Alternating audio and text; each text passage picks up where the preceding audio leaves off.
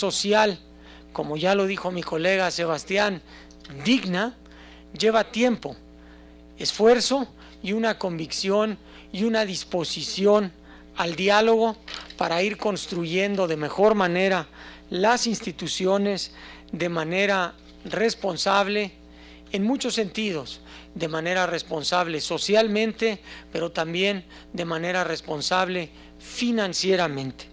No me queda más que agradecer al Senado de la República la invitación para participar en la inauguración de la tercera semana de seguridad social y desear que todos estos, como en los años anteriores, estoy seguro que van a llevar a diálogo y a conclusiones muy importantes que nos permitirán seguir construyendo la seguridad social que el país requiere y se merece. Muchas gracias.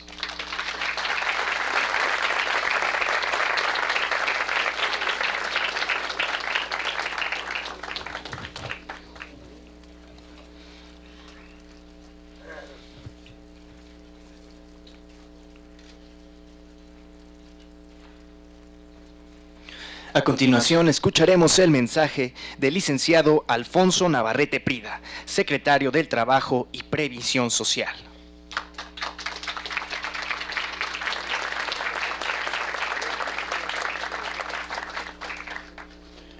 Muy buenos días tengan todas y todos ustedes. Agradezco mucho la invitación del Senado de la República y estar, como se dice en el ambiente político, estar en un rincón cerca del cielo.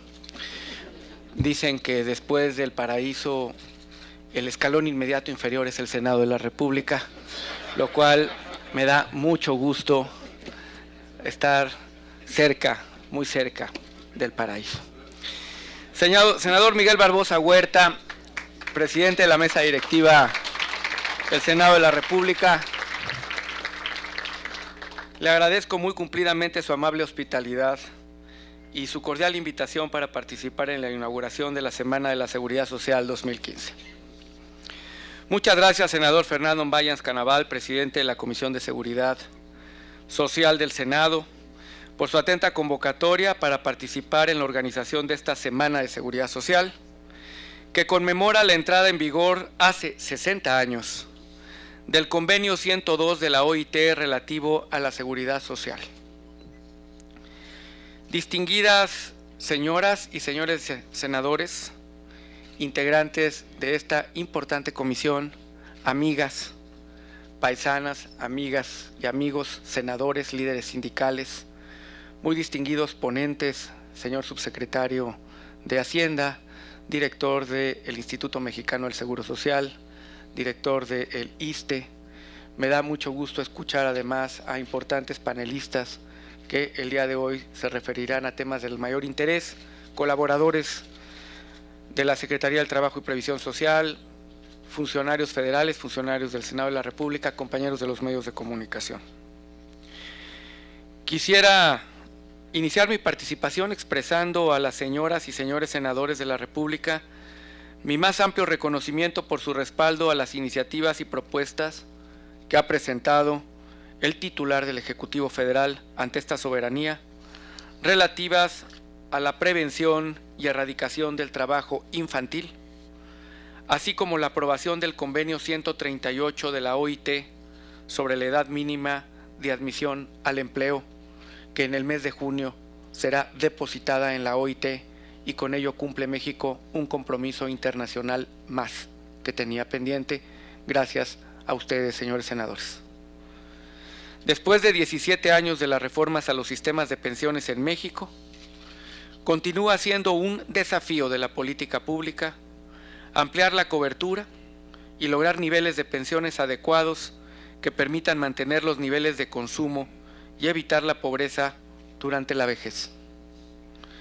Enfrentar este reto requiere instrumentar políticas fiscales, políticas económicas y especialmente políticas de inclusión laboral para atender a los más de 36 millones de adultos mayores que, de acuerdo con la CONAPO, habrá en el país a mediados de este siglo.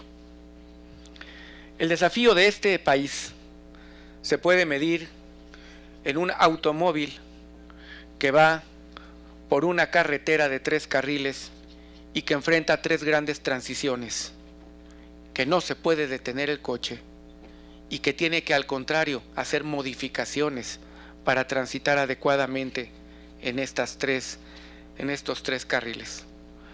La primera, una transición demográfica, importante transición demográfica, que hace que en menos de un siglo este país haya crecido en su expectativa de vida, haya crecido y haya cambiado su composición social de ser un país eminentemente rural a ser un país eminentemente urbano, donde ahora el 50% de su población se encuentra viviendo en áreas metropolitanas y el 75% de su población en ciudades de más de 2.500 habitantes, que significa que pasamos por un bono demográfico, y esto mide la complejidad de los sistemas de pensiones, que México nunca más en su historia va a tener durante los próximos 20 años este bono demográfico, en el cual cada año se van a integrar al mercado laboral el mayor número de jóvenes en su historia del país, y nunca se va a volver a repetir,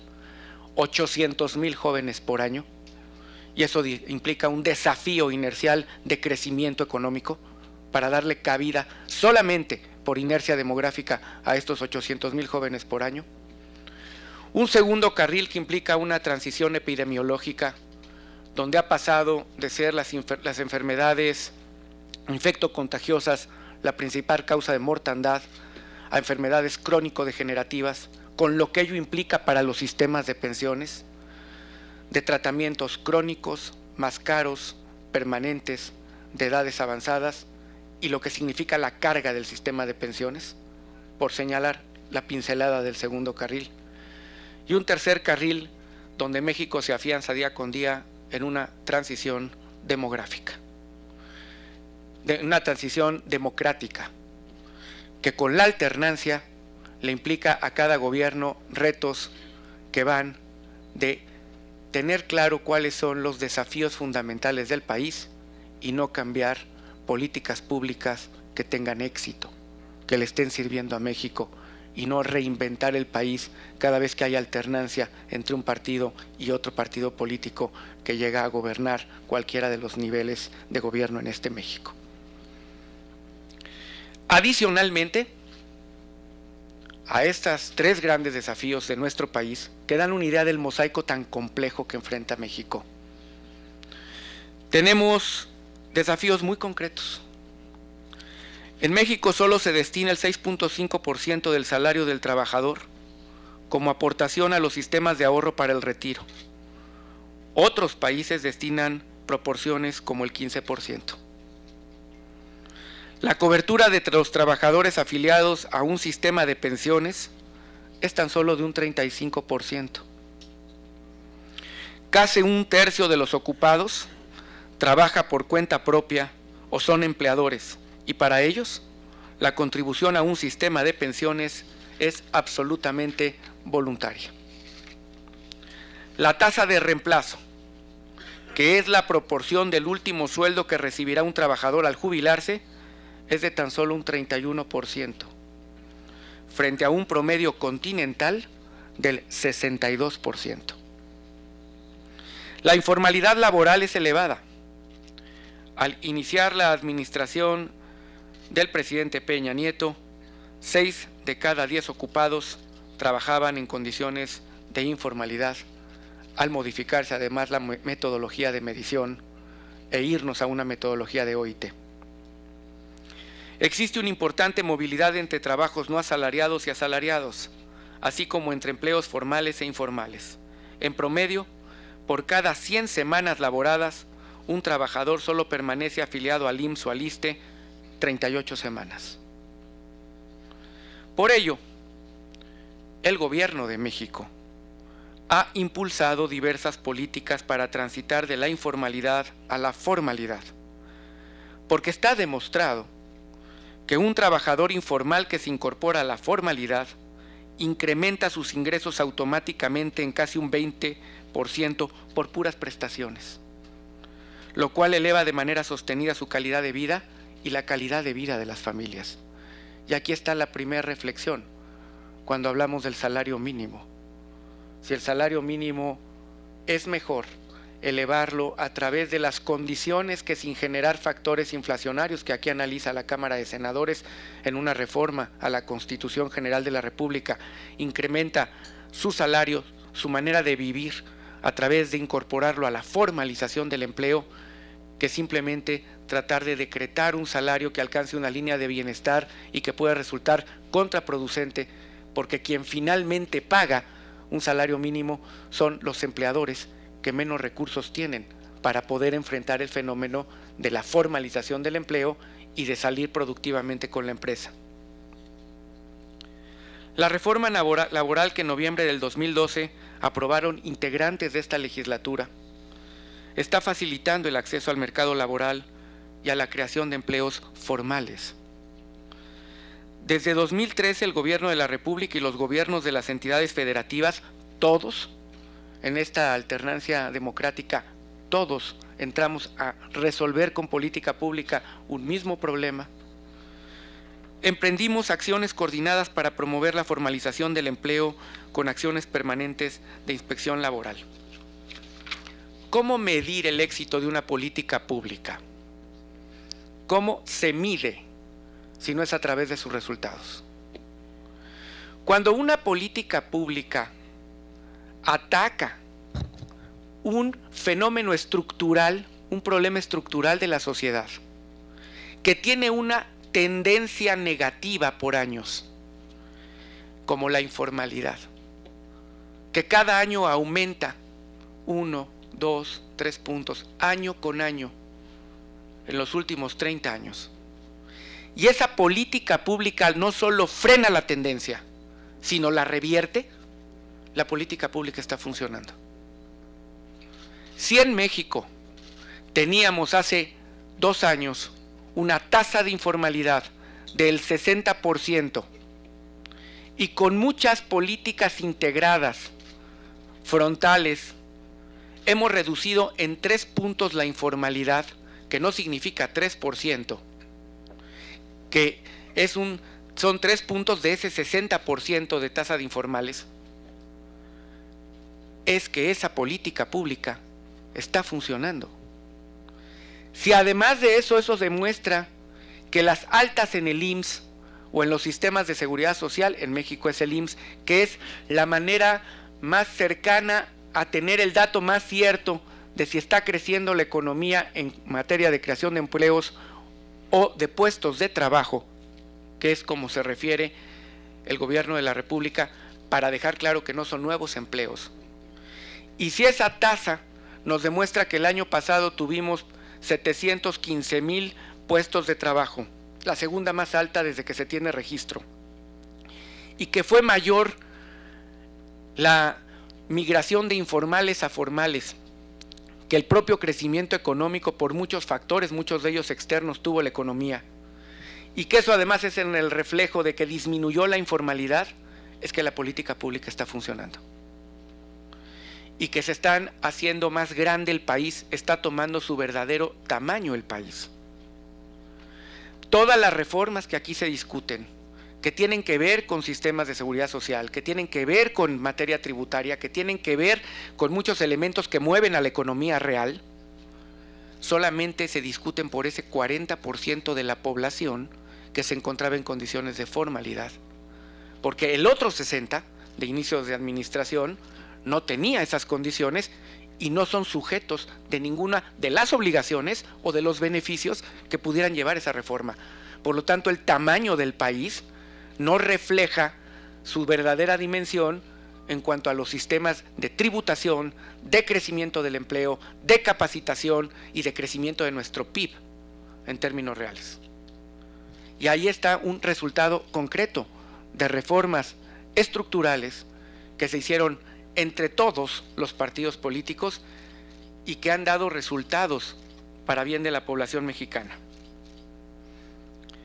En consecuencia, revertir la tendencia a la informalidad y elevar la proporción de trabajadores formales es el mejor camino para fortalecer en el largo plazo los sistemas de pensiones. Significa ampliar el número de cotizantes, mejorar la capitalización del sistema y que más trabajadores tengan acceso al ahorro para el retiro. Si otra política pública revierte una tendencia, la frena y la cambia de años, también fue una política pública exitosa. El que esté sucediendo esto en el país ha permitido que la competitividad del país, que la mide entre otros el Foro Económico Mundial, y que daba como resultado que México perdía un punto en competitividad cada año veíamos que caía un punto más, un punto más, un punto más, por muchos factores, entre otros desde la entrada de China al comercio internacional y otros más que se sumaron, pero el hecho concreto es que México perdió un punto en competitividad cada año durante los últimos 20. De los 12 pilares que mide el Foro Económico Mundial, de los factores totales de la productividad de un país que lo hacen ser competitivo, el más débil todos los años resultó siempre el pilar laboral. Todos los años. ¿Por qué? La explicación la tenemos en la estadística. 60% de tasa de informalidad te da claramente nuestra debilidad del sistema. Si por primera vez el año pasado el INEGI señala que en productividad laboral México no solo no cayó ese punto, sino que elevó su productividad laboral en 1.4%, significa que detuvo la tendencia de 20 años y que la revirtió y que están funcionando reformas. Que algo cambió, que está empezando a mejorar el sistema en su conjunto. Sin duda, los desafíos que tiene el país, y solamente señalé 2 ejemplos y que se van a discutir aquí, por eso son de la mayor importancia de todo lo que son los sistemas de previsión social, la experiencia chilena, la experiencia argentina, la experiencia uruguaya y la experiencia colombiana, seguramente nos permitirán conocer buenas prácticas, sanas prácticas y quizá también nuestra aportación a lo que estamos haciendo en el hemisferio, en el continente más desigual en materia de distribución del ingreso. Yo les podría decir, para cerrar, que agradezco mucho que me permitan haber estado en este pequeño rincón cerca del cielo, pero sobre todo decirles que nos faltan muchos problemas por resolver, pero sin duda estamos mejor que como empezamos. Muchas gracias.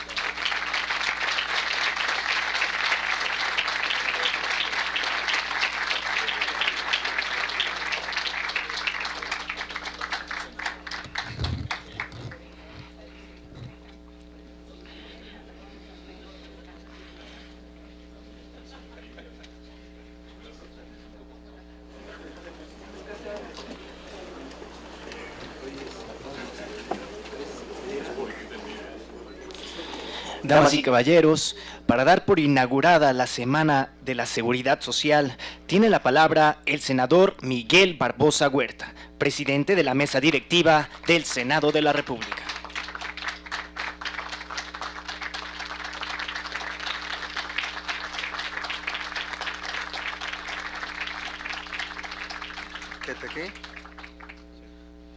Muy buenos días a todas, a todos quienes hoy nos reunimos para arrancar los trabajos de este exitoso evento que por 3 años organiza la Comisión de Seguridad Social del Senado de la República. Agradezco la presencia de ustedes, los interesados en este tema, las y los interesados. Este es el Senado de la República, esta es su casa. Aquí no es un rincón cerca del cielo, no, es un cuarto de azotea que está más cerca de lo alto. Y no somos una élite, ni tenemos esos privilegios. Puede ser que antes de la ley de transparencia sí, ahora ya no. No, gracias a ustedes. Y de verdad agradezco la presencia de distinguidos servidores públicos, porque es lo que somos, servidores públicos, funcionarios muy importantes encargados de instituciones que encabezan instituciones de seguridad social acá en el país. A todos ustedes, ISSSTE, IMSS, Secretario del Trabajo, todos ustedes, Subsecretaría de Hacienda, nuestros visitantes distinguidos de países hermanos como Chile, Argentina, todos ustedes, bienvenidos. Yo quiero hacer alguna reflexión general sobre el tema de seguridad social. Y comencé a escuchar las participaciones de expertos conocedores en el tema, quienes manejan instituciones importantísimas en lo que es el Estado mexicano. Y me preguntaba yo, ¿cuál otro fin tiene el Estado como un ente sociológico, cultural, que gobierna una ciudad, que no es proporcionar seguridad social a su pueblo? Porque la seguridad social es un derecho humano inalienable. La seguridad social son las garantías, la protección que la sociedad le otorga a sus integrantes. Que la sociedad le otorga a sus integrantes. ¿Qué fue primero, Estado o sociedad? Fue sociedad. La sociedad decide agrupar, constituir un Estado, cede parte de su libertad, de sus libertades naturales, el contrato social de Rousseau, y conforma un ente sociológico de poder público que se llama Estado. Y el Estado tiene el propósito de proteger a la sociedad. Ese es el propósito.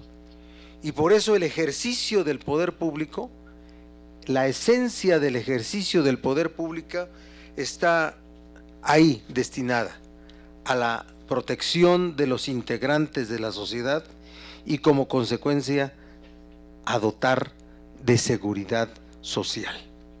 Ese es como debe de comprenderse, desde mi opinión, el asunto de la seguridad social.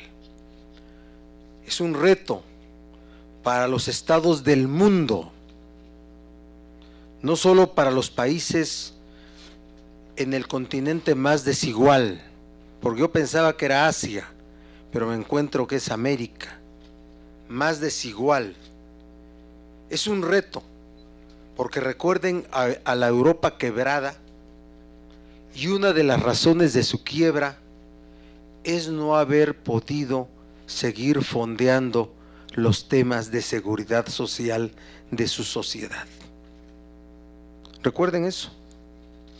Recuerden, la seguridad social no debe entenderse solamente la protección, las prestaciones, los servicios que el Estado dé a sus trabajadores, o que los trabajadores de la formalidad registrados en el IMSS den a quienes forman parte de quienes tienen un trabajo que se está registrado en una institución del Estado mexicano.